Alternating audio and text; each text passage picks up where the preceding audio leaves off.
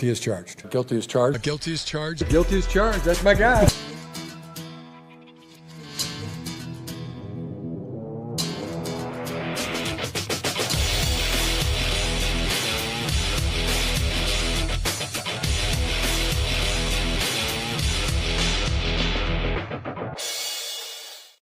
Hey, what is up, everybody? Welcome to the Guilty as Charged podcast. My name is Steven, and I am the host, as always. Coming to you live after the Chargers' final preseason game, as we talked about, one of the longest summers in Chargers history because of the Hall of Fame game. But the preseason is officially over. At this time, 2 weeks from now, we will have done our post-game recap of the Brazil game. So we're inching closer and closer to the season. We'll have some thoughts on tonight's game as well as the 53-man roster prediction. And joining me to do that, of course, is my good friend Tyler. Tyler, what's up, man? How you doing tonight?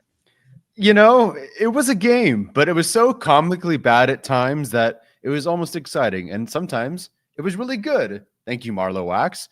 Thank you, that 1 quarter of DJU. That was great. It was a game, but you know what? I feel great knowing that this is all over. You just mentioned that we're covering a game basically in 2 weeks. We're so close.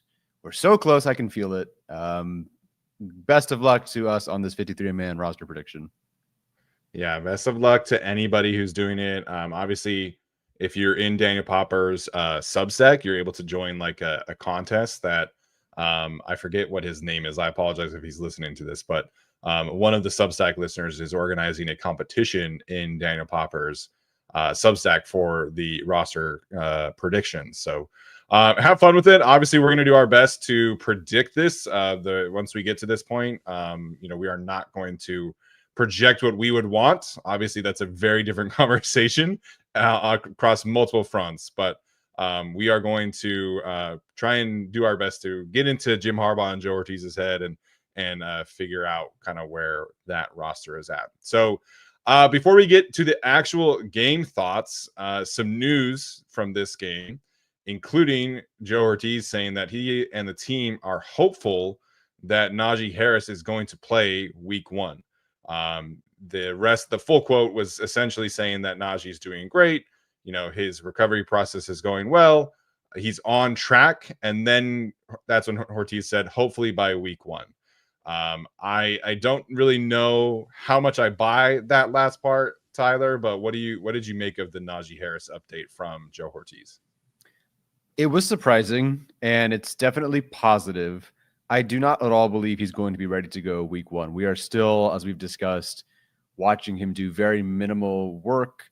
I mean, it's almost like a full rehab on something that's going to take what seems to be months at this point. I mean, clearly it's been at least 1 month and 17, 18 days since the incident. So I don't see him being ready all of a sudden for week 1, let alone being ready to practice for week 1 for a Friday game and fly to Brazil and all of that. So the good news is it's not nothing. It's not like, hey, praying for healing and Godspeed. It's not that. It seems a bit more positive.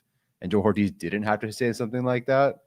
But I don't buy that he'll actually be out there week 1. Yeah, I'm still of the belief that we just don't know enough to really put a timeline on this. And I think Jim Harbaugh has kind of said as much. So it's great that Joe Ortiz and company feel like they are hopeful that can happen. I'm hopeful that can happen as well. But he has not practiced yet. He is still like barely doing any football drills. So we still don't know enough. I think the most likely outcome here is that he starts on NFI. Maybe he gets activated after week 4 and they open up the practice window and things like that. But I just think we're in for a bit of a multi-game absence here from Najee Harris. Yeah, I think so too. Someone in the comment section said, hey, could be back by week 3. I just think given the way things are trending, it is going to be that required 4-week absence if he goes on NFI. So I think we're at least in store for 4 games, and who knows after that. Yeah, I'm on the same page here. An injury that happened today, which is a bigger deal than what people are going to make it out to be. Mr. Josh Harris did leave today's game early. It seemed like he was very slow to get up. It was late in the third quarter, And then, there was no real update. I think there was only one beat reporter at this game, so there was not a real lot of like reporting going on. A couple drives later, the broadcast and Noah Eagle says that he went back to the locker room, and then of course Tucker Fisk is the one who finishes the game as the emergency long snapper, which I didn't know he could do, and it looked really good. But Josh Harris, for all joking aside, like he's one of the best long snappers in the league, and he's just been a real settling presence for the special teams unit overall. Super cool that his Madden rating is like the highest rating of any long snapper. Just from like a leadership standpoint, he's been the captain of the special teams unit for ever since they signed him, and losing him, even if it's a short-term deal and they have to go like sign a different long snapper, that's a bigger deal than people might make it out to seem. Yeah, it's no surprise that the special teams unit turned around partially because of when he joined. They went out and they spent a good amount on Josh Harris to go bring him in, and he's been such a stabilizing force for them. When I interviewed him when he first joined the team, he discussed like being a long snapper. It's about knowing exactly the number of spirals the football is going to go to get to the holder or whoever it is, or the punter. It's just, there's so much that goes into it. I'm shocked Tucker Fisk did as well as he did. I did not realize he had that in him. I don't know if that would mean that he's the guy on game day, because so many players were inactive in this game. So I don't know if, well, it wouldn't be Bradley Bozeman, I guess, or it wouldn't be Zion Johnson, I guess, but I don't know who else it would be. But it's strange because it worked so well today with Tucker Fisk, but over the course of many games, it could be problematic. Hopefully, though, it's nothing. Yeah, Rick asking if Fisk would make the roster if Harris is out. I think most every team has some kind of emergency long snapper. Usually it is some kind of like linebacker, tight end type, because you want like a physical body type out there. You don't want a wide receiver doing it necessarily. Sure. So most teams will train an emergency long snapper just because you don't want to carry two on the 53. That would be ridiculous. Does it help Fisk's case to make the roster? There we go. Got that out there eventually.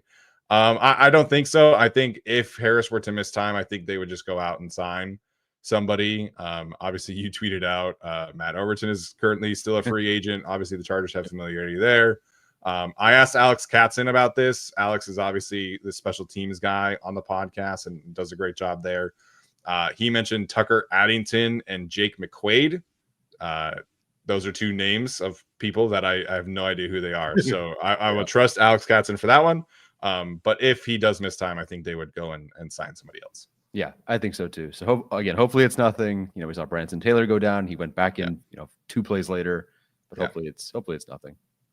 Yeah, the Branson Taylor injury is maybe one to keep an eye on in terms of like practice and stuff like that. But he was, it seemed like he was okay. He was really like favoring his shoulder there for a little bit. Yeah. So hopefully he's all right.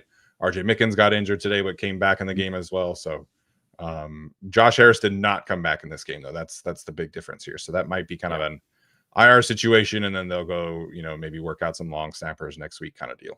Yep. Okay, let's get to the standout of the show, or of the game, I should say. I think it's only fair that we start with Mr. Marlowe Wax, who put together potentially one of the best preseason games I think we can say that we've seen from a Chargers linebacker, or certainly an undrafted free agent linebacker. Just putting a cherry on top of his preseason, his summer. Derwin James, Deion Henley, everybody has not been able to stop talking about Marlowe Wax. What did you see from him today? What did you like from him today? What did you like about him from this whole summer, basically? Yeah, this has been the ultimate UDFA making the roster thing. It's not just guys get hurt and then they sneak on, or something was kind of good in camp or one game. This is a player who's just, from the first preseason game standing out a little bit to that second really good game, and all the way till now has continued to progress. You look at the number of snaps he's played, the number of times he's asked to blitz, the work in coverage, the number of special team snaps he's taken. Ryan Ficken and Jesse Minter have both gone, okay, let's give this guy more. Let's give this guy more. Let's ask him to do more.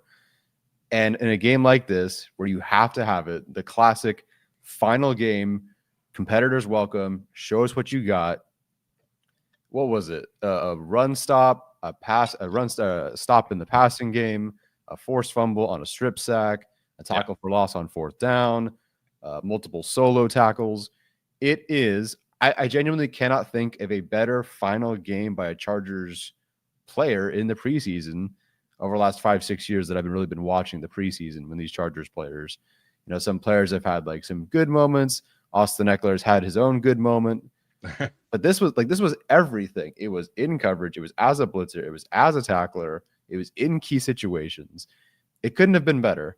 And so to me, and we'll talk about this, I don't know how I can leave. You and I might differ, because this is kind of a combined 53-man roster prediction. You and I may differ, but tomorrow when I wake up, assuming all is good and everybody's healthy, I have to put him on my 53, because if you really are preaching competitors welcome, that's the best guy you've had all preseason. That is the best guy you've had all preseason, and that's the best game anybody has had in the preseason, and it was the final game. You can't leave him off. Maybe it's for a week, I don't know, but I can't imagine NFL teams are going, we don't want any of that. I just can't imagine. Yeah, claiming on waivers for undrafted free agents is a lot less common than we make it out to be as fans, but I don't want to risk that with Marlowe Wax. Like every once in a while, you see a guy and the league sees a guy who just builds and builds and builds and looks like he's a ready-made contributor. And with linebacker, so many teams are itching for special teams players where you just never know. And so I just don't know if the Chargers can afford to really let him hit waivers and risk it. And if they, if he does go to another team, is it the end of the world? I don't think so. I mean, like you still have a really, really strong linebacker room, ahead of him. I know the fan base is very down on Junior Colson right now, and I get it has not looked great this summer. But the Chargers still are going to, push to keep him on there as well. They're going to bet on the long-term upside here with the size and the speed and the athletic traits and things like that. But with Wax, I think it's just like today was really just like the embodiment of who he is as a player, where first game in the Hall of Fame game, you see the physicality. Second game, you see the coverage. Last game, you see a lot of like the run defense. And then today, he just puts it all together. I know he didn't catch the football, but him like coming down for run support on the play action fake and then still getting to like the proper depth, getting a hand on the football, almost intercepting it. That's still a really high level play from a rookie linebacker in coverage. And obviously the other splash plays that he did make were fantastic. So it just felt like every single week, like he added and added and added. And then today it was just like, he was like the best player on the field on both sides, I think is a fair thing to say right now. Lots of tackles, run defense, pass defense. Just so impressed that he was able to get this done and end the preseason on a high note. Hopefully, if he's not on the 53, hopefully he's able to be back on the practice squad. Yeah, it would be absurd if he's not. Obviously, there's waiver claims, but if he's clears waivers, yes, 100%. And I would expect that. We'll see what happens with Colson, right? But I would expect him to get elevated a few times. It's a when, not if, he's going to be playing at some point this season. How much, I don't know, but I think they will. I guess we'll bring it up, but like a lot of people are saying Wax should make it over Junior Colson based on play. Like, yes, Wax is infinitely better. I agree. And available this preseason, but we all know how this song and dance works. It's not that simple. Junior Colson is their guy. They're going to try to see this through, I think, at least for one more year. Yeah. And Junior Colson, Wax either makes it or doesn't, but Junior Colson's job is safe. Yeah, I would be absolutely stunned if they cut Junior Colson. Again, like I want to give Wax a lot of credit here. And somebody earlier in the chat asked, like, why wasn't he drafted and was size a thing there? I think, yes, it definitely is there. So it's great that he looked as good as he did during this preseason. But can he do that against higher level competition? I think that remains to be seen. And I think you do have some questions about his athletic traits, his size. How does that translate? Can he carve out a really nice career for himself if he continues to improve and play special teams? I mean, Amen Ogbongbemiga has been in the league for 6-7 years at this point. So that's kind of like the kind of player that you're looking at in terms of his role. So with Junior Colson, I think it's really frustrating that, again, he's just dealing with more injuries. The entire time he's been with the Chargers, it feels like 2 steps forward, 1 step back, 1 step forward, 2 steps back. he looks good in one game, then injured. He looks good in another game, injured.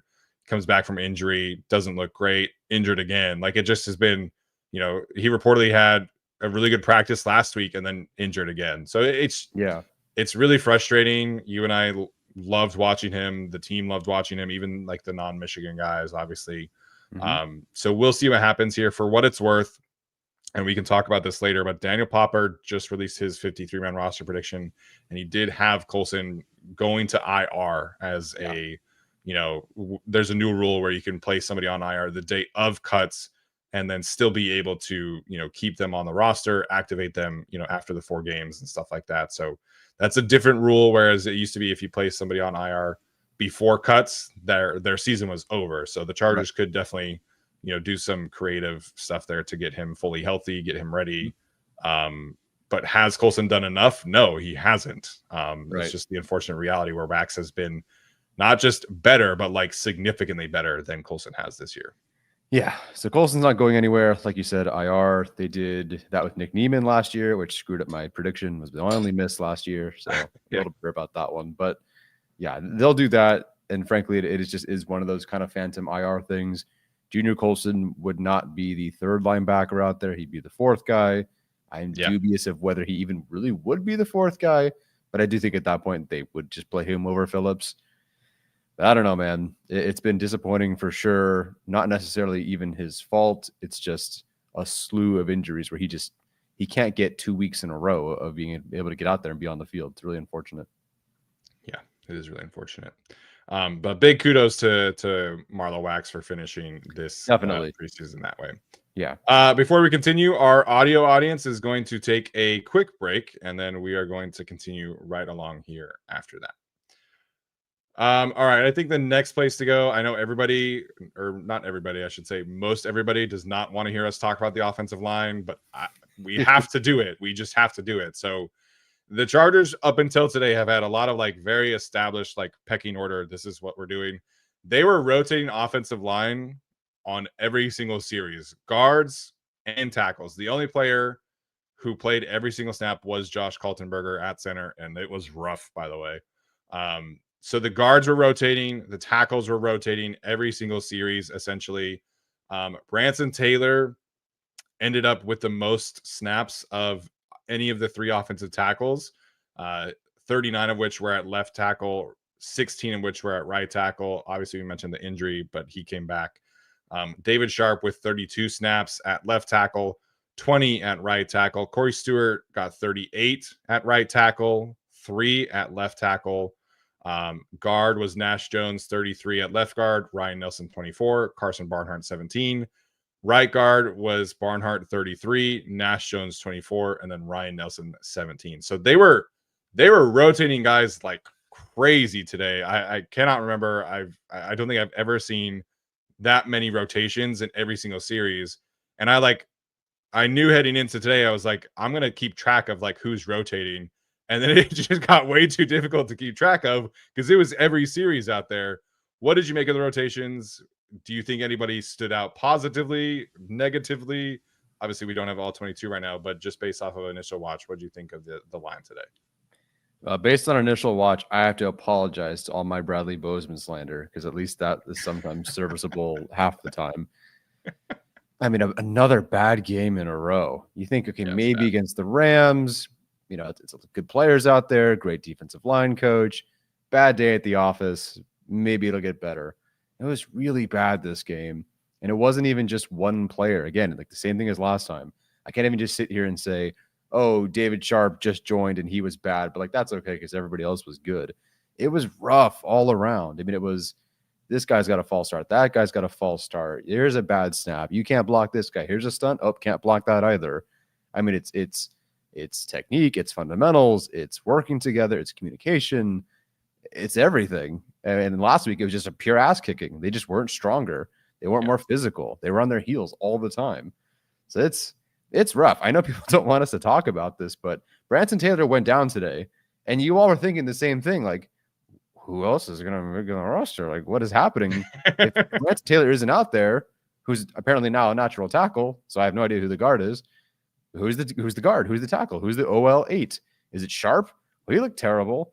So this is, I'll keep it short and sweet. It's terrible, and they need to find better players. So whatever they got to do, I think they will. To me, this is like the Easton Stick 2024 experience, where they terrible. You can't even evaluate some players because of that player or players in this case.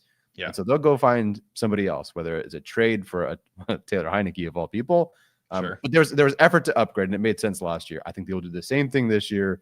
They have to. If they roll into the season and it's like Branson Taylor getting back from whatever this maybe injury might have been, and David Sharp, that's a huge flaw and a mark on Joe Horty's record here. Yeah, I like the way that Thomas puts this in the chat. They dared the offensive line to take a spot, and all of them fell. Pretty much. That's exactly what it felt like. It felt like, aside from just like the blocking stuff, the pre-snap penalties were a major issue. Kaltenberger, obviously, I've never thought he had a chance of making the 53. But he, there was like that one drive at the end with Taylor Heineke where the offense like finally starts to get something going. And then the dude snaps the football like 3 yards to his left. Heineke luckily got on the football. They were able to kick a field goal after that. But it was bad. Like every time the offense in the first half finally seemed like they would get something going, here's a false start. Here's a delay of game because the offensive line isn't going. Here's another false start. Here's a holding, whatever. Which, by the way, so many freaking penalties in this game on both sides. It was ridiculous. But it just felt like anytime the offense could get something going, the line was the main reason that it stopped. The pass protection was a major issue again today. Trey Lance only had 8 dropbacks, but he was pressured on 4 of them. DJ had 24 dropbacks. He was pressured on 10 of them. Initial tracking for PFF, that might change, but it felt like the defensive lines on both sides were winning, but especially just with like the way that the Chargers were pass protecting, it was an issue. So we'll get to Branson Taylor in his case, but for me, I think David Sharp is firmly a practice squad guy.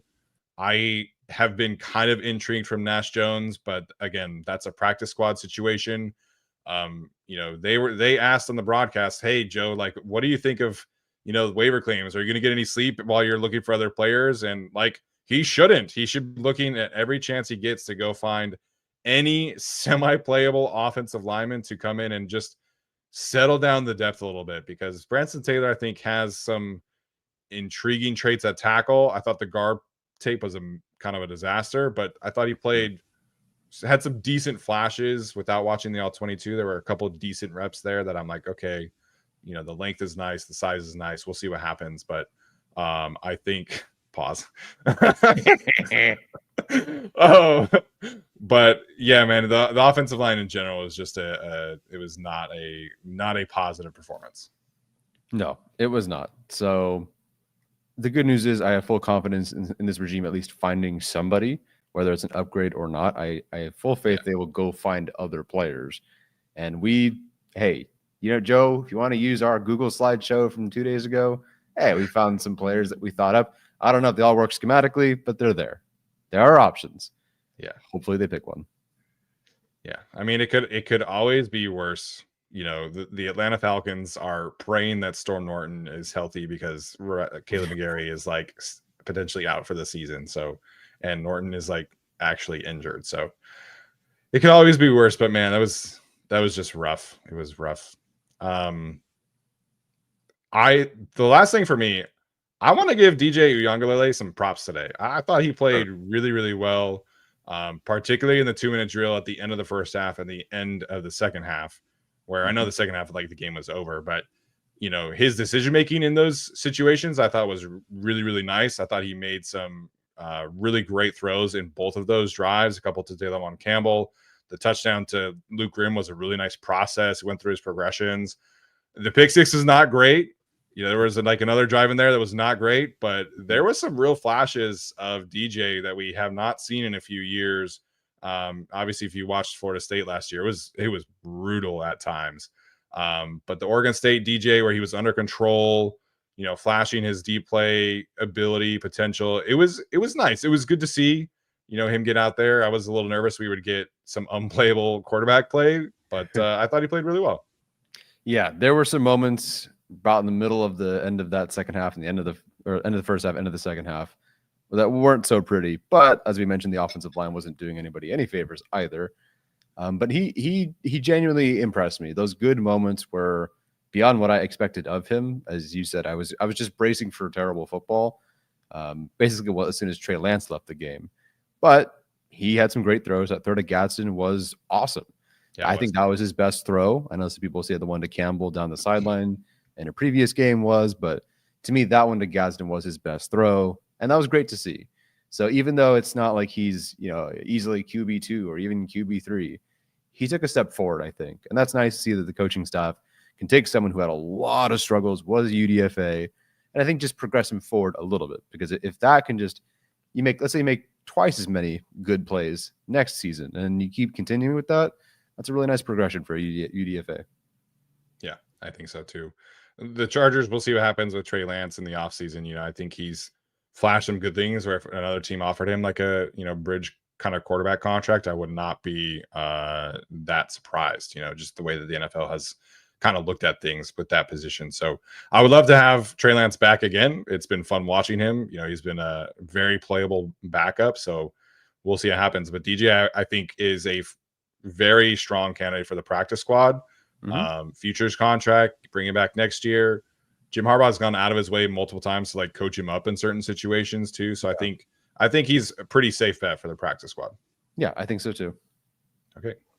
Tyler, you have more work to do here. Rye Guy TV pointing out that Jim Harbaugh said guilty as charged again in his press conference. So shout out to Rye Guy, shout out Coach Harbaugh. I don't know why he loves this saying so much, but we appreciate it. It definitely, adds to our introduction here on the podcast. Yeah, I got to start finding more. I will keep that one in mind, and got to start charging him at this point. We'll copyright it, and got to start charging him for that one. Yeah, absolutely. Okay. Any other final thoughts on today's game before we get into the 53-man roster prediction? Nope. Let's dive in, man. Yeah, some very interesting aspects about today's game, which we can get into that will impact this a little bit. Yeah. But we'll get started here on the actual 53-man prediction. You guys in the chat, let us know what you think. Obviously, like I said earlier, if you're in Popper's Substack, you can go submit your own. Tomorrow, after we tweet this out, definitely feel free and tweet us your predictions as well. So we want to make sure this is a fun conversation. We'll do our best to be accurate, but like Tyler said, sometimes the IR stuff makes things a little bit tricky. Yeah, no, I'm excited. I have done a few versions of this, but I mean, today's game itself even has changed my mind on some players. So we'll see how it goes. Yeah. I think I'm going to stick with Najee being on the NFI just because I just don't think we know enough to do that. Are you feeling the same way? Yeah, no, I completely agree there. Okay, cool. So let's start with running back, where I think obviously Omari Hampton, Hassan Haskins are very much locked into their roles. Jim Harbaugh made it seem like Hassan Haskins is their RB2 until Najee comes back, which I'm not necessarily crazy about, but he's on the roster. He's too good at special teams. The fourth spot, where are you at with Sanders and Kamani Vidal? Unfortunately, Naeem Miller-Hines fumbled again today, so I think we can safely write him off the spot. But where are you at with Sanders and Kamani Vidal? Yeah, both Vidal and Miller-Hines kind of made it easier for this to be Rocket Sanders for me as the quote-unquote third option with Najee Harris out. So Miller-Hines, I think there's reasons to keep him around as the guy. You could argue maybe he's elevated and plays a little bit in the event of like a Darius Davis injury. But I think with those fumbles, with him not necessarily being the runner that Rocket Sanders is, I think that takes him out. And then Kamani Vidal is just not on the field. Like, he's not been practicing, he's missed time, and he hasn't been playing well as is. So I think Kamani Vidal is not making the 53, but it could be for either because he's cut or because of short-term IR. But so for me, it's Rocket Sanders here, and it's, I guess, kind of locked in at this point. Yeah, I would agree with Sanders. I think we're on the same page there about Kamani, where if he's injured, seriously, he could be IR, or if he's not, I think they could cut him and stash him on the practice squad. I don't think that there just hasn't been a ton of like positive moments for Kamani, unfortunately, in the NFL, where he's got enough buzz where another team would claim him. I would think that's the case. And there are other teams with running backs who, like, Brian Robinson just got traded, for example. So I think I'm of the mindset that on the initial 53, it will be the 3 running backs. And then, maybe they elevate Vidal or Naeem Miller-Hines during the first 4 games while Najee is out. So I think we're on the same page there. Yeah. So, I mean, do you want to put Vidal on IR as part of our prediction or just cut outright? Like, if he's healthy, is he in over Sanders? If he's healthy, I don't think he's more in healthy over and had played Sanders. tonight. Yeah, I think without knowing his injury status and like, I'm not going to copy Popper by any means, but he's putting Junior Colson on IR. He's cutting Kamani Vidal. So gotcha. I don't think the injury designation there matters a whole lot. Right. And I don't know if they would want to, like, quote unquote, waste the 2 IR designations with Kamani. I think they will just unfortunately cut Kamani outright. Yeah.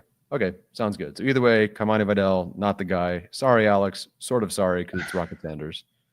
Yeah. For what it's worth, Rocket Sanders, 13 carries, 48 yards tonight. Not a great yards per attempt, but again, just the offensive line quality there, not necessarily great. 2 runs of 10 plus yards, 2.46 yards after contact per attempt. So I'm anxious to see what he looks like behind a good-ish offensive line. Certainly a much better run blocking offensive line. I think I'm pretty comfortable with Rocket Sanders as the RB3.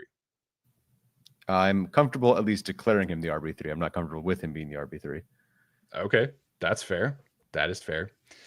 Okay, we'll circle back to the quarterback situation here. Sure. Trey Lance getting the start tonight. Taylor Heineke gets second. I don't think either one really played super well. No. I think we have been kind of on the same page about Taylor Heineke being off the roster for quite some time, just because they can't justify keeping 3 quarterbacks right now. I have seen some people, talk about maybe they keep him on the initial 53, wait and see if somebody will trade for him. I don't think his trade value really is anything that rich. Maybe they could get a conditional 7th round pick for him. But I think I'm going with 2 quarterbacks with Herbert and Lance. And then, like I mentioned, DJ on the practice squad. I think they're okay with that quarterback situation. Yeah, I agree. I don't think they're too concerned with losing Heineke. It stinks because we're rooting for Trey Lance, and some people are like, Tyler Heineke, whatever. But you kind of want to root for him to be good too, so you can get some trade value. There's no value. So I think it's these 2, and please let me keep anybody else instead of a 3rd quarterback this year.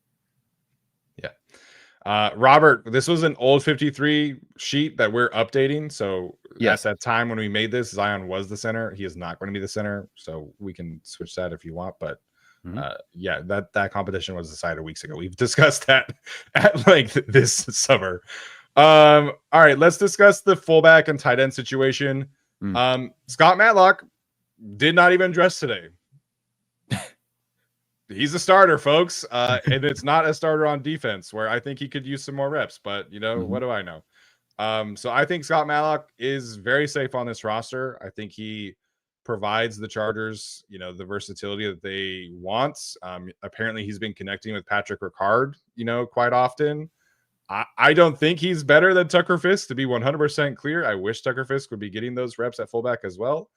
But the team has now told us that Scott Matlock is safe. He is on the 53. And he is going to be the team's starting fullback. Yep. So you can lock that one in. There was some discussion of is it Matlock versus Fisk or Matlock versus Steve O'Klotz earlier in the summer? But Matlock has just so firmly been the starter, got a special jersey, didn't have to play today. He's locked in. Yeah. How good will he be? That's a different story. Do we want to see a lot more of him? I don't know. But he's locked in as their starting fullback. Yeah, even if he were locked in as the fullback, I really would have liked to see him play tonight because he needs reps. He is not an awesome fullback. I know that the team loves the versatility, but he needs more reps on both sides of the ball.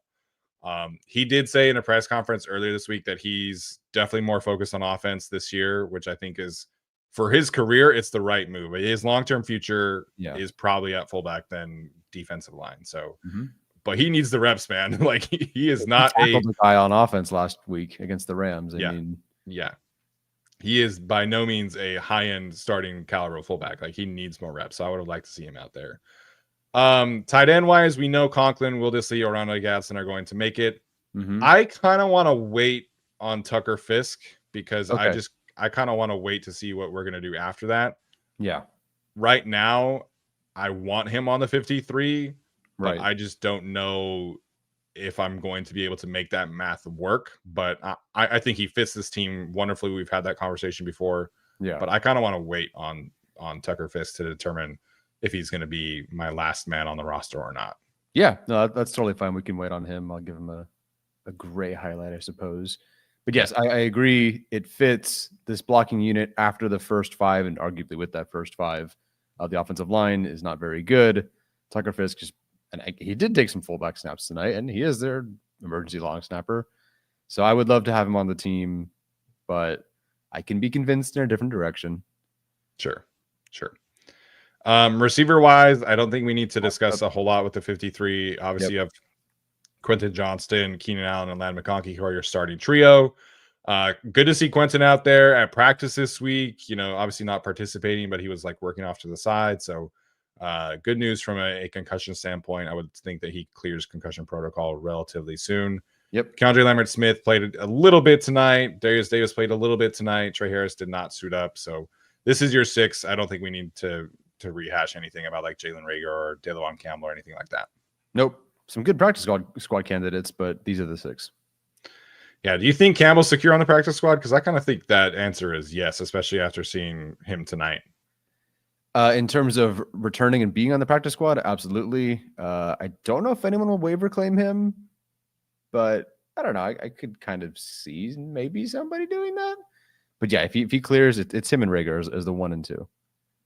Yeah, so Campbell led the team in receiver snaps today with 45. Brendan Rice was second with 42. Grimm was third with 37. Jaquay Jackson, 23. He did get injured and did not return. And then Lambert Smith actually played 19. He played a lot more than I thought he did. So I think Jalen Reagor is back on the practice squad, and I would like to see Campbell be as well. And then they might bring in last year. I believe they kept 3 practice squad receivers, even with having 7 active on the roster. So I'm curious to see how that changes this year. Yeah. Offensive line wise, starting lineup obviously is set. Joe Alt, Zion Johnson, Bradley Bozeman, Mekhi Becton, Trey Pipkins, Andre James, Jamari Sawyer. I feel decent enough about that 7. The question is the 8th and the 9th spot. I'm good on David Sharp. He can be on the practice squad. I'm not interested for him on the 53. Do you feel the same way? Yeah, I agree. So anybody who's wondering, David Sharp, because he's played enough seasons where he's played 6 or more games, he's not subject to waivers. He's whatever it's called. What's the word? He doesn't have to do it, is what I'm saying. So with his play and the fact that he was literally available a week and a half ago, 2 weeks ago, I should say, I think they're going to just keep these 8. And I think they'll find a 9th guy at some point, but I think they're just going to, for now, have these 8. Yeah, I think this offensive roster will change. I think they will find a 9th guy in free agency or trade between now and Tuesday. But waiver exempt is the phrase you were looking for. Shout out Jesse Aguilar for that. Thank you. Goodness gracious. So there are a few players on this roster that are waiver exempt because of their status. We'll get to one of them here in a minute. Or vested veteran is another way, as Tomo points out. So David Sharp, I think, as a practice squad tackle, that's fine. Let him get back into the shape, see what he's can give you in practice, things like that. This team not keeping 9 offensive linemen, I think, would be pretty surprising. I think they will make that change, but I think for now, projecting 8 is the safe bet. Yep, I agree. Okay. All right. Before we get to the defensive side of things, our audio audience is going to take one more break as we look to pay some bills, and then our YouTube audience is going to continue right along. All right.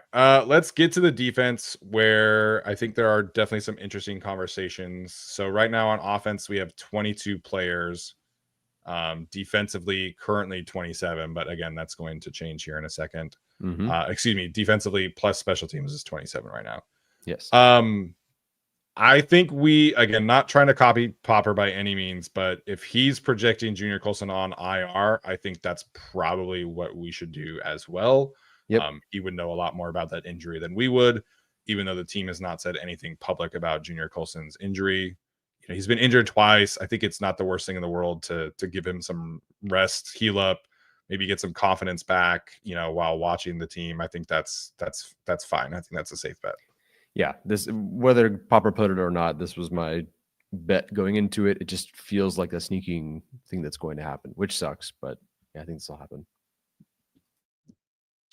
Yeah, I think so too. So that's the only IR candidate. Where do you want to start on defense?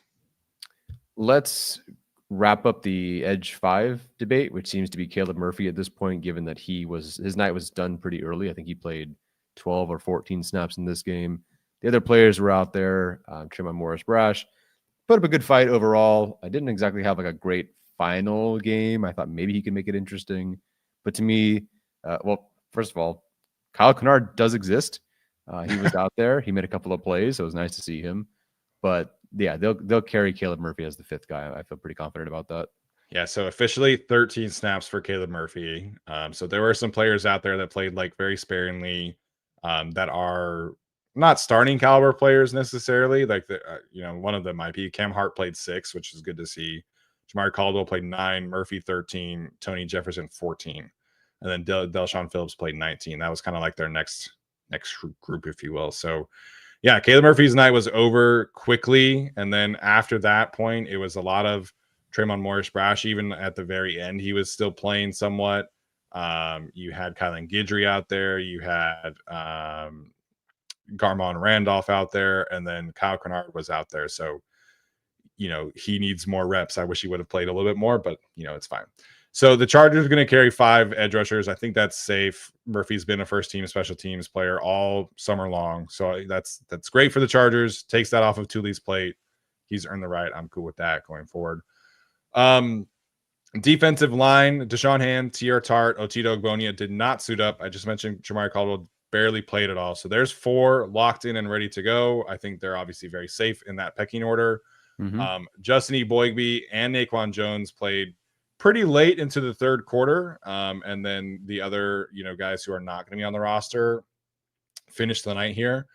For what it's worth, Naquan Jones is also a vested veteran. He would not be subject to waivers, but he's been pretty consistently like impacting games in the preseason.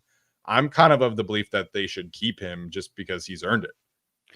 Yeah, 1, he's earned it, and 2, Jesse Minter said pretty soon after free agency, like, we found a stable of guys, not just one player. So we're going to use multiple players to make up for maybe what we lost in Poona Ford and Morgan Fox and those guys. So I think if that's your approach, 1, you drafted some players, but 2, like, I think they want to have these 6 to make this rotation as good as it can be. I know it's technically like 6.5 with Scott Matlock. If they want to cut Jones to make the practice squad thing, or not practice squad, well, yeah, to make the 53-man roster thing work, I guess. But he's a player, like, just based purely on performance. He's earned it. He looked great tonight too. So I think that this is your 6. I think this is your 6. It was nice to see Boygby have some good moments in this game too. So yeah, this is your 6. Yeah, I think the Chargers feel good about this group, and for what it's worth, Jones leads the team in A-gap snaps, so he's kind of the backup nose behind Tier Tart. Jamari has that skill set, but he's worked a lot more, as kind of a 3 technique or a 4-eye than I think we would have potentially thought heading into this summer season. But I think that Naquan as your backup nose, I think you feel pretty good about that kind of situation. We'll see. I think him versus Tucker Fisk might be kind of where I end up at and trying to figure out if I have space for those 2 guys. Fisk would be subject to waivers, but he's not like, I don't know many teams out there that would like claim a blocking tight end. So sure, but I'm happy with Naquan, man. Like I wasn't 100% certain what to expect when they signed him, but I think he can play. I think he can impact the season. So I think he'll be a strong contributor as the backup nose. Yep, I agree. Okay, so linebacker, obviously Dan Henley, Denzel Perryman, that's their starting duo. Troy Dye will rotate in there as well. Delshon Phillips will be your fourth and core four special teams player. Marla Wax is another interesting one. I don't know if I want to make this declaration now or if we want to wait and see if we have the space for him. But as of now, I think it's safe to say that he is the LB5, if you will. Yeah, if he's anything, he's LB5. Colson going to IR in this scenario does help his case for sure. Phillips coming back and playing tonight does not. I will find a way in my own personal life to make this happen. And if I'm wrong, that's fine. If I'm wrong and competitors aren't welcome, then shame on them. Yes. Okay, so we're waiting on Fisk, we're waiting on Naquan, waiting on Marlo Wax. We're just not going to make any decisions. Yeah, we'll make some decisions there at some point. Cornerback wise, we've had some movement. It seems like Dante Jackson has kind of solidified the cornerback 2 role with this team based off of like practice reports. Obviously Cam Hart is back healthy, which is good to see. I think the way that some of us, including myself, are looking at the 53 does kind of have to change a little bit because we're so used to Derwin James being a safety, but he's playing like 80% of his snaps in practice in the slot. He essentially is their starting nickel corner who in base packages will move back to safety. So I know that we're going to have this conversation of like how many safeties, how many corners. Derwin is more of a corner this year for this team than he is a safety. And I think that's important to point out before we, predict who is going to be on this roster. Yes. You can slice it either way, but yeah, he's sixth corner or sixth corner or fifth corner. What is it? 1, 2, 3. Oh, I'm counting Nico Reed. That's why he's a corner. Yeah, you can debate Nicola's base or whatever you want. Base package for the Chargers is 3-4 defense with 2 corners and 2 safeties, whatever. Yeah. So Derwin, Tariq Still, Dante Jackson, safe as the starting corner trio. Cam Hart and Benjamin St. Juste safe because they feel like those 2 players are starting caliber corners. The question here is Jasir Taylor, who is one of their core 4 special teams players, had a special teams tackle tonight. He was playing late into the fourth quarter. So was Nico Reed, who had, another positive day, I would say, without watching the All-22. Where are you at with Nico's chance? Because the fan base is very adamant that he should make the 53-man roster. I know. And it's really difficult. It's such an important position. Yeah. I think his play earlier and throughout camp was better than the recent stint, but today he had a couple of good moments.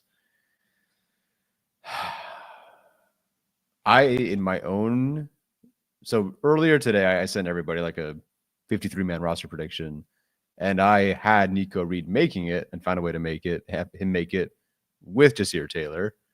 And I think that felt about right. And then Marlo Wax kind of destroyed the 49ers today. And so now I'm kind of stuck because if you're just looking at, okay, which of these 2 UDFAs should make it, I think Marlo Wax has been better and he's been healthier, but it's also a linebacker. Maybe Nico Reed should make it because no one stayed healthy along the corner room this entire year. Yeah. It's not like Denzel Perryman and Delshon Phillips have been all that healthy either, and Junior Colson's on IR. So you might need somebody like that. And I don't know. Man, am I gonna have to cut Tucker Fisk? It's so tough, man. There are so many. Again, like we've said this before, but usually we'll have like 1 or 2 preseason standouts who make it interesting. This year we've had so many other ones. So heading into today where we didn't necessarily know about Junior Colson's injury, I was like, okay, Wax has been great, but you can't keep 6 linebackers on this roster. Yeah. So then that makes it easier for Nico Reed. But now you probably have to keep Marlo Wax because this is a special teams unit that needs linebackers. This is Denzel Perryman has dealt with injuries before. Troy Dye has been healthy. Dan Henley's been healthy, but Delshon Phillips has been dealing with injuries. People suggesting in the chat they should cut Delshon Phillips after Ryan Ficken essentially guaranteed his roster spot. So that's not happening. I think you can change your mind, obviously, but I think I'm going to risk it with Nico. Unfortunately, I don't think there's the numbers to make this work right now, especially with Derwin James playing linebacker. I'm trending towards Nico being off to 53, and I know the fan base is not going to be happy about that. But I don't know, man. I don't know how many, like, he's played great.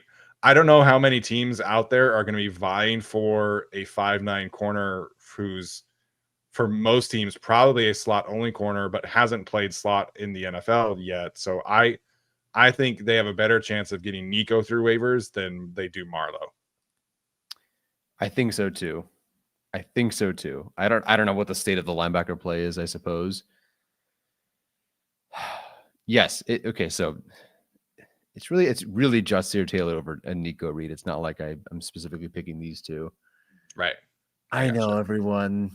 I know. We've talked about this, and it doesn't make me feel good to do it. No, it doesn't. It doesn't. But by the way, I was going through Daniel Popper's prediction because I wasn't sure. Did you say he had Vidal not making it? Correct. He's on there now. Oh, really? So I don't know if he wrote a new option, but it has Hampton, Haskins, Sanders, and Vidal on there. So I don't know who lost out in the end. He also has David Sharp making it, which sure. Maybe he updated it. The initial read, when I read it through initially, he had Kamani off of it. So yeah, Daniel Popper. So I was just very curious where he went here because I do respect his opinion. Yeah. He does have Jasir Taylor making it, and no Nico Reed, and Dean Leonard on IR. Oh, Dean Leonard to IR. Oh, okay. Yeah, so that's another aspect here where if Nico does get poached, Dean Leonard on IR gives you some insurance there. The film has not been great for Triquez Bridges, but he'll be on the practice squad, I would assume. Mm-hmm. Yeah, unfortunately, I just think Nico is a guy that they will unfortunately risk, because you have your 4 starting corners. You have Derwin James as your nickel corner. Mm-hmm. I know nobody wants to see Taylor on the 53, but he's their best gunner. He won the Chargers a game because of his ability as a gunner, and Ryan Ficken has earned the right to say, this is my guy, I want him on my team, and tell somebody else can replicate his elite gunner play. I think you have to keep him. So yeah, man, I think unfortunately I'm at the numbers point where I can't justify keeping Nico Reed, as crazy as that sounds. I just would rather have Marlowe with Junior's injury. I would rather have Naquan with how much defensive tackles matter with this team. Like, because if Nico Reed's playing on defense, there are multiple injuries. Like, Naquan's gonna play, Marlowe will play on special teams, Tucker Fisk will play. I don't know, man. I don't know if I can justify keeping Nico on the 53, even though he's been awesome this summer. Yeah, Jasir Taylor is basically going to be their Nick Niemann, where they tried everything possible to not have Nick Niemann actually play defense for them, but he was purely someone that they valued on special teams, and that was it. So I think with Jasir Taylor, this is not about how we feel about him as a DB, because trust me, he would be behind Eric Rodgers maybe. In this case, it's just purely special teams. Yeah.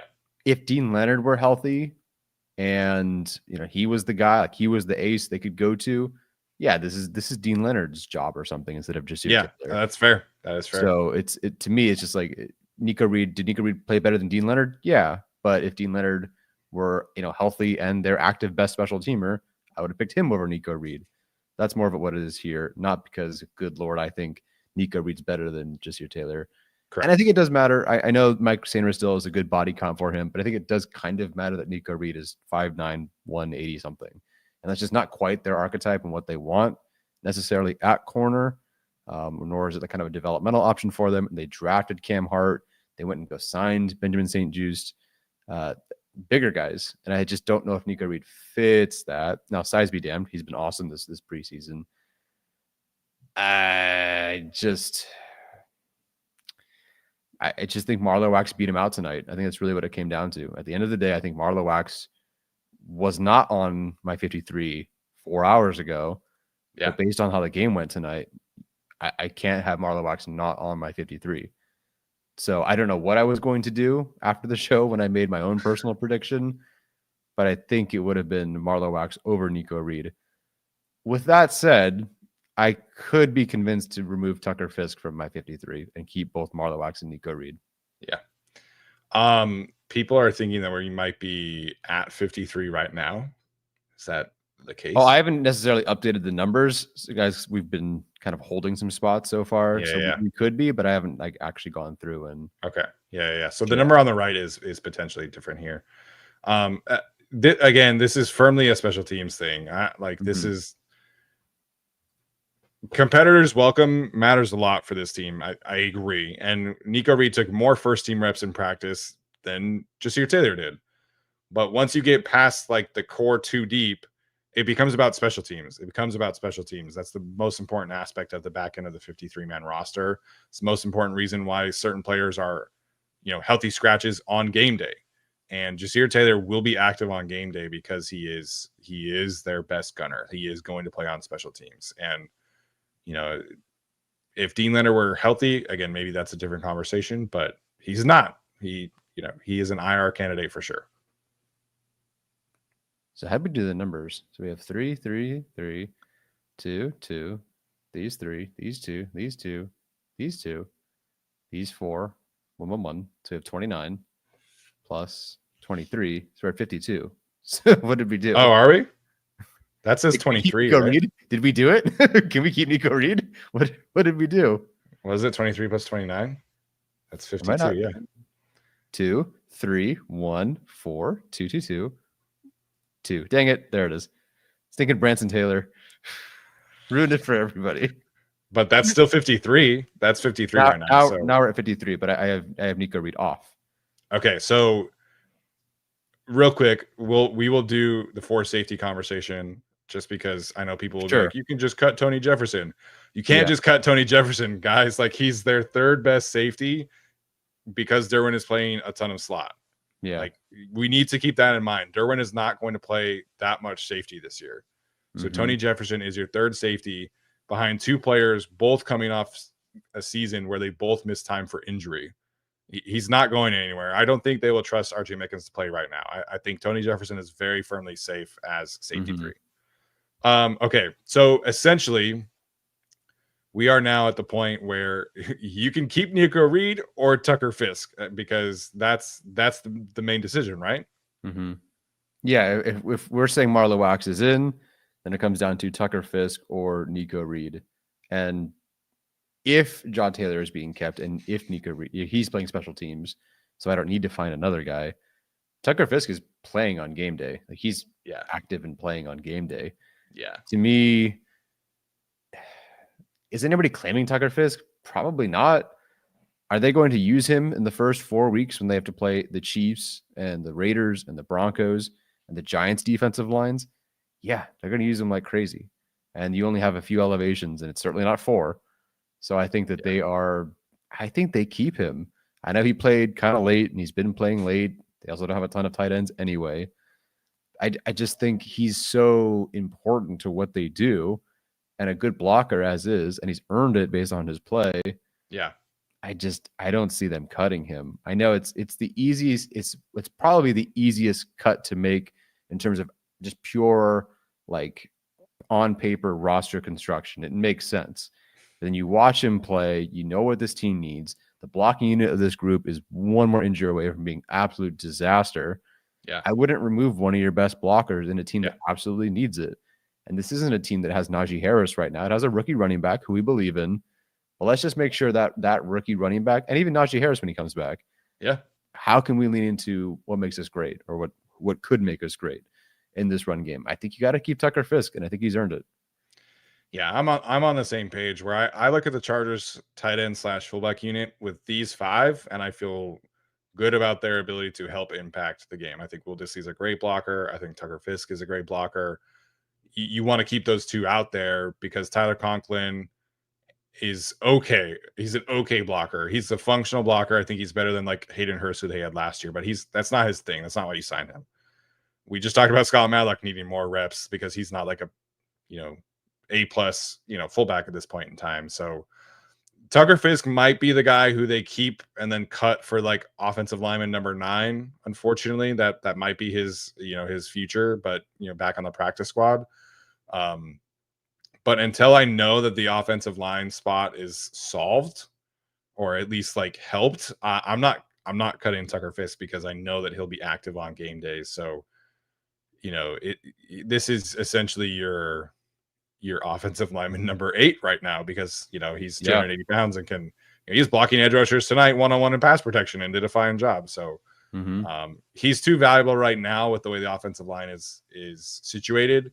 If Rashawn Slater if he were still healthy, then I think you probably can justify cutting him obviously a little bit more. But right now, I just think you have to keep him. Yeah. So this will definitely be the inflection point, but the tiebreaker, I suppose, will be like Daniel Popper. I think we all have pretty similar ones to a lot of people. Yeah. But Tucker Fisk is the one that everybody's cutting, which just reminds me of Simi Fehoko from last year and Stone Smart from last year. Yeah. And Tremont Morris-Brash was the UDFA that everybody wanted to make, and we said no, or I said no. And it ended up being just kind of the veteran guys that they, trusted to play. Like Stone Smart made it. They had no designs for him to do any, offense. And Simi Fehoko really wasn't supposed to be doing much offense, but they're special teams guys. I truly agree with everybody else. I wish we could end the Scott Matlock experiment. I wish John Taylor were someone they could move on from at this point. It just doesn't seem to be in the cards. So this is, I could do a whole separate, article or something on what I would do and what I would prefer. Yeah. But we're trying to predict what they're going to do. And just like Fehoko last year, just like Smart last year, they'll prioritize special teams. And I mean, Fisk does also play special teams too. Yeah. Yeah. Somebody earlier in the chat said, why keep 6 defensive linemen if Scott Malik can play defensive line? Because he's not good at it. Because Naquan Jones is much better at it than he is. And so is Justin Eboigbe. So yeah. With the way that this regime wants to build a run wall and play defensive up front, I think you got to keep Naquan Jones. So is he somebody you could cut? Like Alex Katzen cut Naquan in his 53 because he is a vested veteran. So you could potentially do that to make space for Kamani Vidal if he's healthy, or Nico Reed if you wanted. But I just think he's earned it as a backup nose tackle. So I don't feel great about this, honestly. Like, I feel like usually I feel pretty good about, at least like 52 of the spots, but, will they keep Naquan? I don't know, man. Like, they could definitely, value Scott Matlock on defensive line more than I do. And that, I think, would not be shocking to me. But I think most of this, I would say like 50 spots I feel pretty good about. And then the last 3 that we've debated for the last 20 minutes, I'm like, I don't know, man. I don't feel good. Yeah, no, I completely agree. I want to find a way to keep Nico Reed on the team. Marlo Wax just did his thing. But if the team goes, I really think we should carry more DBs, then it's, it's over. Then Marlo Wax is not on the team, and it is a Nico Reed. So yeah, I don't know, man. I'll mull this over for sure. This is kind of our combined one here, although I think I'll end up pretty similar. But yeah, a lot of people, kind of like last year, it's very much just like, well, here's what I would do, and here's what I would do, and this guy sucks, this guy's terrible. Ultimately, the Chargers make their decisions, and we kind of try to go off of what they've been showing us, what they've been telling us, and what we know based on precedent and history, whether it's last year or just Ficken in general from previous years. Yeah. So we'll see. A lot of this is kind of like Jasir Taylor reminds me of like Bradley Bozeman coming back. It's like, what, guys? I think he's coming back. No, he's not. No, yeah, I think he's coming back. No, he's not. Oh, he's back. Kind of reminds me like that with Jasir Taylor, because I don't think Ryan Ficken's going to go, all right, well, now that my long snapper's hurt and I don't have Dean Leonard anymore, right, I'm going to also cut Jasir Taylor for Nico Reed, who has played well in special teams, but that's just, I think, too much uncertainty and too much unnecessary uncertainty to be throwing out there. So I think that they go with Jasir Taylor. Please do not cut this out and say, well, guilty charge guys love Jasir Taylor, because some of you will, and you know who you are. It's not because we think he's amazing. It's just because he's a specific role on this team that keeps him on the roster. He is great on special teams. He is not very good on defense right now. Like pure defense, Nico Reed all day. Dean Leonard being injured sucks. Like that could have made things a little bit interesting as well. But I think like the main thing is going to be Tucker Fisk. Like I don't know what they'll end up doing there. That's the one I'm like least confident in. But the defense I feel pretty good about. Offensively, again, if Kamani's healthy, we don't really know, but that's my main like thing I don't feel great about is Kamani and Tucker Fisk and how that works out. But this on the screen defense, I feel pretty good about this for the prediction wise. Yeah, if we're wrong about Marlowe Wax, I that's fine. And again, like shame on them if we're wrong about Marlowe Wax. Yeah. How do you watch a guy do that in the preseason and go, yeah, we'll just cut him, even if it's just temporarily? He's earned it. He's earned it. Yeah, I agree. All right, Tyler, any final thoughts on the 53 before we get to some super chats? Oh, let's get to some super chats. All right, Jesse Aguilar says Marlowe, Sachs, and Caldwell are amazing. We didn't see a lot of Jamari tonight, but he's been very good in the preseason. Yeah, what a good addition or set of additions for the Chargers. I mean, you talk about Hampton, who you think looks good. Trey Harris finally had a good game. Keandre Lambert-Smith, Jamari Caldwell. Oh, Kennard could have been better, but again, more at bats, right? I'm going to start calling him Dre Lambert-Smith. I know it's his preference. Dre Lambert-Smith, and now you have Marlowe Wax. We're talking about Nico Reed. A lot of different RJ Mickens. Really good draft and UDFA Hall. Yeah, there's one missing from that conversation, but we'll see about him probably next year, unfortunately. Dark Samus apparently has a question about Trent McDuffie. Not sure quite why that's super relevant today, but appreciate the super chat.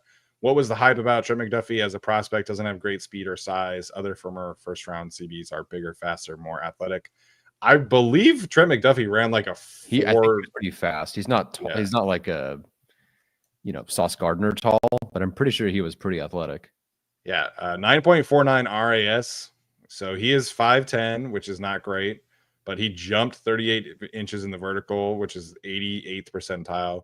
10.08 broad jump, which was 91st percentile. 4.44 speed, 2.56 10-yard split, 1.53, or excuse me, 2.56 20-yard split, 1.53 10-yard split. So he did not do the shuttle or 3-cone at the combine, but he was in Bruce Feldman's freak list. He was like one of the top 10 players that year. Both of the Washington guys were. The size you can definitely talk about, but it was the instincts, it was the coverage ability, versatility to play slot outside. The athletic upside was definitely there. That's why we potentially wanted him on the Chargers, and that's why he's been obviously one of the best corners in the league so far in his career. Yes, I would have had the same reaction as them taking Zion as I would have taken if they had taken McDuffie. I would have had the same reaction. I thought he was great. Yeah, I agree. Richard says that he's worried about our starters' conditioning. The Chiefs look like they're in midseason form. I can just see guys tired in the fourth quarter in Brazil. I think they'll be okay. There's nothing about like playing in Denver or something like that would suck no matter what. Yeah. I don't think I'm too worried about their conditioning. The Chargers had a 2-week advantage on training camp as well. So the Chiefs always do this. Like they always have hard training camps and they always play in the preseason. Andy Reid like really believes in that. For whatever reason, he's been like one of the main guys to continue playing starters. I'm not going to put a ton of stock in like Tyquan Thornton, beating a backup cornerback with a Patrick Mahomes pass. Like I don't know. I am worried about Josh Simmons looking amazing, but that's a different story. Conditioning wise, I think the Chargers will be okay. Yeah, I don't remember them having issues last year with that either. So Sam says that he's okay with cutting losses on Colson to keep Wax. I think it's premature to give up on Junior Colson. And I know that we were like huge fans of his during the draft and things like that. But I think it's premature to just outright give up on a guy who has really yet to have any kind of consistency with his availability. If this continues into next year, that's a different conversation. But, you don't just draft a guy in the top 100 and give up on him, because he's been injured and things like that. I think you wait and see if you can get proper value next year. Yeah. And you don't just cut. Well, I say that having lived through the Telesco era, But generally, you don't try to cut these third-round picks that you know a lot about and you have a lot invested in. Yeah. Try to make it work. And if he ends up carving out, I don't know, well, it's Trey Pipkins' kind of career where he's in the league for a while. He's just not great, but he's gets paid, great. I mean, Denzel Perryman, his best years with the Raiders. It took him second-round pick, 4 years with the Raiders, up and down, fine. Goes to the Raiders. I think has an All-Pro Pro Bowl season. Goes to the Panthers? No, the Panthers traded him away. Panthers traded him to the Raiders, yeah. So, it takes some time. It potentially could take some time. Yeah. Nicholas says, what's the point of having a camp with competition if you're not even going to sign the player who actually wins the competition? I think that's about Wax and Colson and whatnot. It was never really about Wax versus Colson. It was always Wax versus either other UDFAs or can Del'Shawn Phillips not be healthy? Del'Shawn Phillips is healthy. So it's not like, well, we got to get rid of Colson because Wax was better. Just Colson, they were never against each other. No, and I know competition is very real in some spots, and we've talked about our frustrations and lack of competition in other spots, but every coaching staff has ideas about players, and they have plans for players, and they have relationships with players and things like that unfortunately sometimes take precedence. And it's not just a Jim Harbaugh thing. It was a Brandon Staley thing. It's an every coach thing. If you've ever been a boss or a leader, you have your favorites just like the coaches do. So the player that you invested a third-round draft pick that you recruited to high school and coached for 3 years in college and grinded with through to a national championship, like there's a lot of background information on Junior Colson that this coaching staff has. And he is a better athlete. He is a bigger player. So, they're not just going to give up on him right now just because Marlowe had a great summer. And credit to Marlowe for making that a conversation. But, they're not going to give up on Junior Colson right now. Yeah. And I hope we'll never, but I hope we start moving away from the culture of just player wasn't good after 1 year, year and a half. Let's just cut this player. Let's move on. Let's get out of here. Please, let's give these players, especially on rookie contracts, 3 years and then have that discussion. Unless it's character, give it a few years. Linebacker right now is probably the most difficult transition from college to the NFL because your college offenses are just nonsense. Every team is RPO heavy. Every team is throwing to the sidelines. The college offenses they're not anything close to what NFL offenses are doing from a schematic standpoint. And he's had the appendicitis. He's had multiple injuries, 2 injuries last year, 2 injuries this summer. Unfortunately, he just hasn't had a chance to get into a rhythm and gain confidence. And I think that really is the main thing right now. Whereas if he has been healthy from day one and playing poorly, that's a different conversation to me. But we just don't, unfortunately, know enough about how he's handling life in the NFL right now. Yeah. NSN says O-line seemed like tissue paper a lot of the time. Yeah, it felt that way. It felt like Trey Lance was hit a lot. It felt like DJ was hit a lot. It was a rough night for that group. Yeah, it really was. For as much as we can praise Rocket Sanders, even he only finished with I think 3.6 yards per carry. It's just been ugly. Yeah. Appreciate Caleb Porter for a super sticker there. He sent in another one where he says, appreciate everything you guys do. Was at the game and my wife got her hat signed by Derwin. He got his football signed by Dicker. So that's a good contrast there. Yeah, that's awesome. I mean, to go to a preseason game, which I know it's not a real game, but you get freaking Derwin's autograph and Cameron Dicker's autograph, who will, 4 kicks away from being the most accurate kicker in NFL history? Yep. For a minimum of 100 kicks. That's pretty cool. Yep. That's awesome. My sister-in-law was actually at the game tonight as well. So. Oh, nice.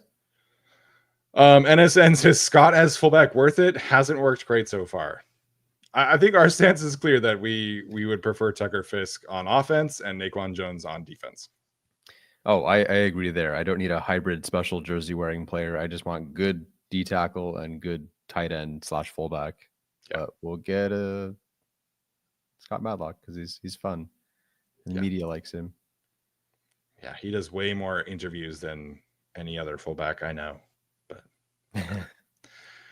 Richard says, between Zion Johnson and Junior Colson, I hereby ban GAC from positive draft reactions effective immediately. That's not enough of a super chat to ban our positive reactions from the draft. But thank you. Yes.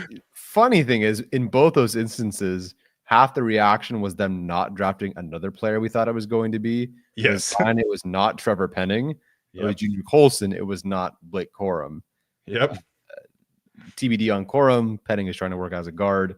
So at that time, it just felt so much like it was going to be Penning. Here we go. And it was Zion. But I would have jumped for McDuffie, Jermaine Johnson. I forget who else is available at the time. And yeah, Junior Colson.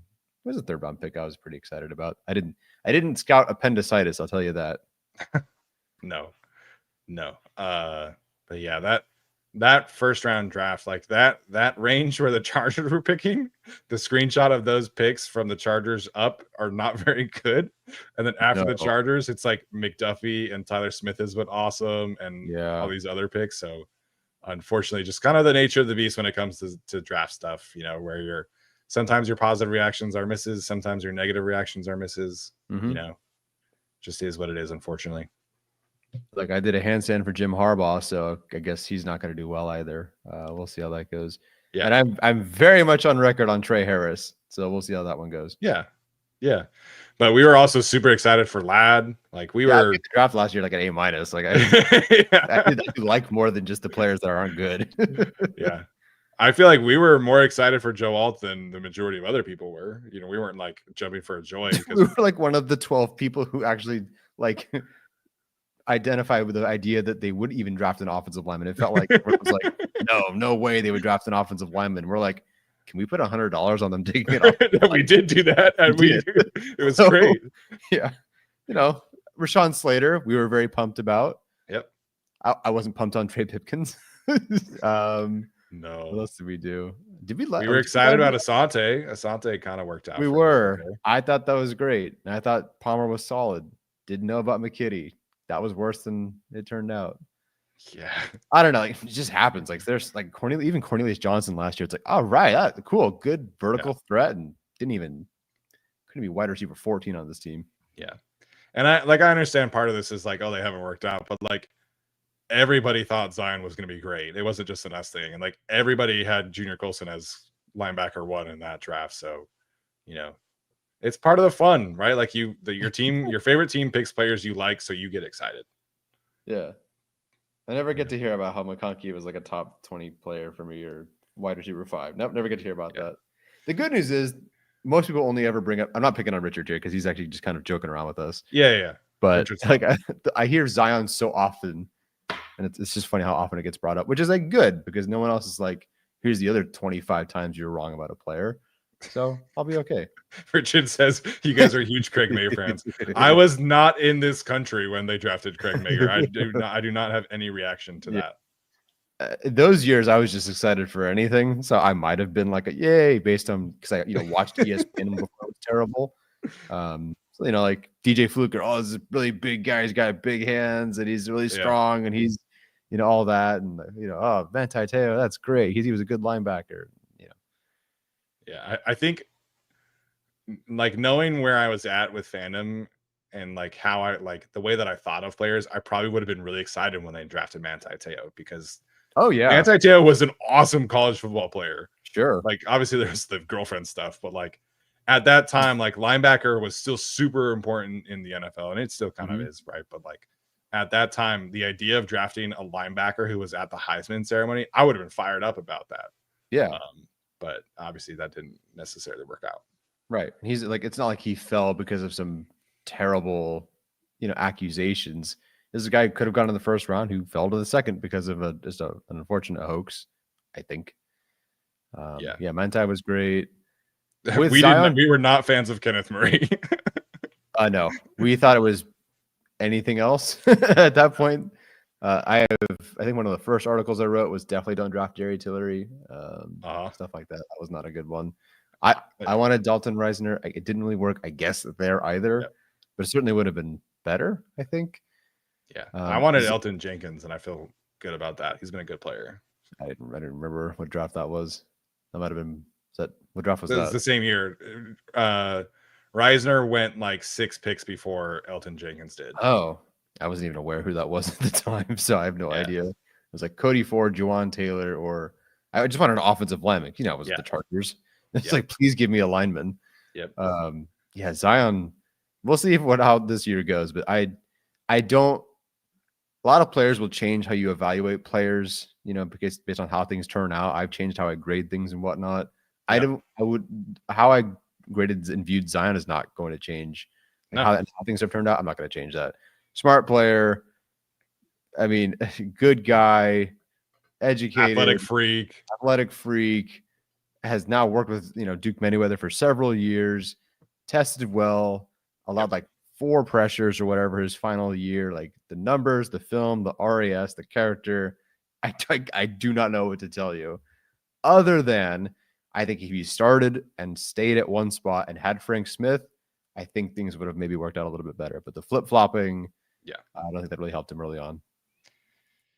Yeah, it's unfortunate. No, like the Cowboys get a lot of credit for drafting Tyler Smith over Zion and Kenyon Green, but like the Cowboys offensive line coaching staff has been significantly better than what either of those other 2 players have gotten. So sometimes a player is able to overcome poor coaching. Like Justin Herbert has done that, for example. Derwin has done that across multiple coaching staffs.